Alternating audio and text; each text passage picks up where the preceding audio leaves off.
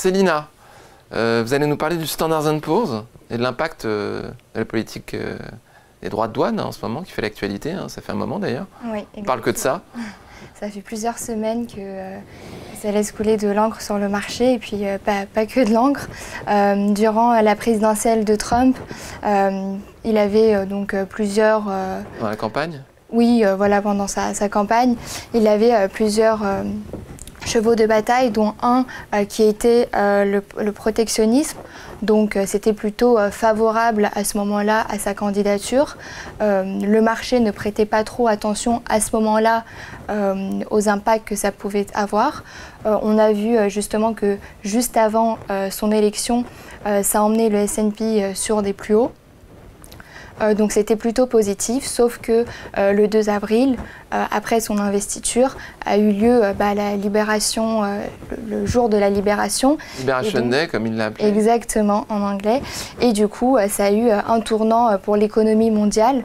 On s'est retrouvé donc avec des droits de douane de 10% à plus de 200% sur certains produits chinois. Et donc, à partir de là, on peut se demander donc vraiment quel intérêt ça peut avoir pour l'économie américaine de mettre ces droits de douane.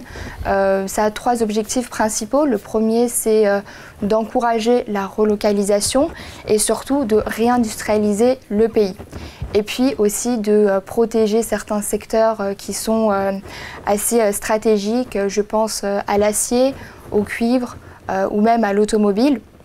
Et avec ces recettes, eh ben, il pourra par la suite proposer donc une baisse d'impôts. C'était un peu sa promesse lors de la candidature.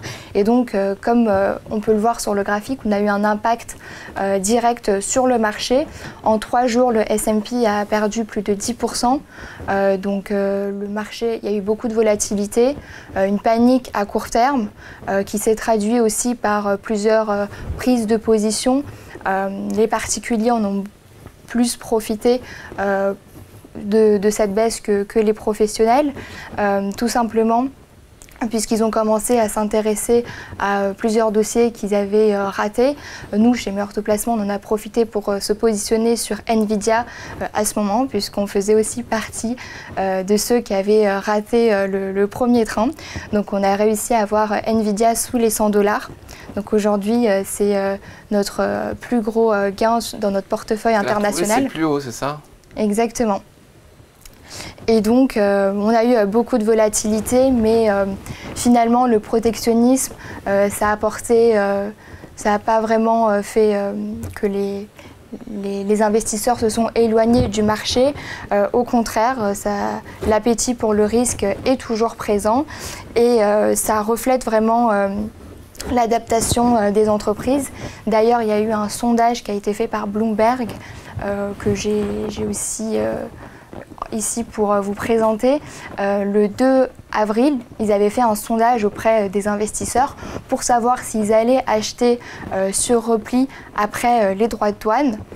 Donc buy the dip, ils étaient favorables à 56%. Aujourd'hui, il y a quelques jours, le sondage a été refait et ils sont à 61%. Ils pensent à 61% que du coup, ça serait profitable de rentrer à nouveau sur une baisse. Donc chez nous, chez Meilleur Taux Placement, on reste positif sur l'indice américain et on pense que les investisseurs sont plutôt positifs et ont une confiance sur les entreprises américaines. On rappellera qu'à la date où a été formulée cette question pour les utilisateurs de Bloomberg, la deadline, donc la maturité, la décision était au 9 juillet, mais elle a été repoussée début août. Alors on va passer maintenant à Célina qui va nous parler d'Hermès. Je vous donne le top départ, le temps que le chronomètre s'affiche derrière moi. 3, 2, 1, c'est parti. Donc j'ai choisi de prendre un call Hermès tout simplement parce que c'est la seule valeur qui a réussi à impacter les droits de douane directement sur le marché de référence. À partir du 1er mai, l'entreprise a augmenté tous ses prix aux États-Unis de 10%. Résultat, il y a toujours plus de demandes que d'offres. Les listes pour les produits phares s'allongent encore une fois et on a un secteur qui voit donc des révisions à la baisse, alors que Hermès maintient toutes ses prévisions depuis le Covid. Donc c'est assez exceptionnel pour une entreprise, surtout dans cette période d'incertitude. Et puis techniquement, on a eu un trou d'air lié au ralentissement de la Chine, mais le cours se stabilise. On vient de franchir la moyenne mobile 200 et donc... c'est terminé. Voilà. On vient de franchir la moyenne mobile 200, mot de la fin. Marc, Jean-Louis, qu'est-ce que vous en pensez? Bon, allez. Oh. Ils ont été... Bon, allez, Jean-Louis. On est d'accord aujourd'hui, c'est formidable. Ah ben, Hermès, c'est la valeur du luxe par excellence. C'est le pricing power extraordinaire. C'est le pricing power qui fait qu'ils peuvent imposer 10% sans problème, et plus c'est cher. C'est même un prétexte, parce qu'on ne sait pas quels vont être les droits de douane. Ouais. Eux, ils font avant, et ils augmentent leur prix. Bon, c'est plutôt belle stratégie. Tout le monde n'est pas en possibilité de faire ça. Thibaut, donc vous posez des questions et vous y répondez. Absolument, c'est incroyable aujourd'hui. On peut partir. Je vous ai coupé un peu votre effet. Non, mais c'est vrai que le pricing power, c'est le mot, quoi. Voilà, et Hermès, dans le luxe, on dit que c'est la seule du véritable luxe. C'est une valeur qui a explosé, qui a encore manifestement du potentiel. Et puis, je parle au niveau de ses ventes. Et sur le plan technique, elle est jolie. Elle est en train de... Elle a bien digéré son repli. Elle a fait une première reprise assez forte. C'est intéressant de voir dans la vitesse des premières hausses comme ça, ce sont toujours des indications pour la suite. On voit qu'elle baisse moins que la première fois où elle avait baissé. Bon, le marché aussi, vous me direz. Et voilà, elle est manifestement, si j'ai raison sur le fait que les marchés européens vont repartir, notamment le CAC 40, elle est bien partie pour surperformer même l'indice CAC 40. Merci Jean-Louis. Marc.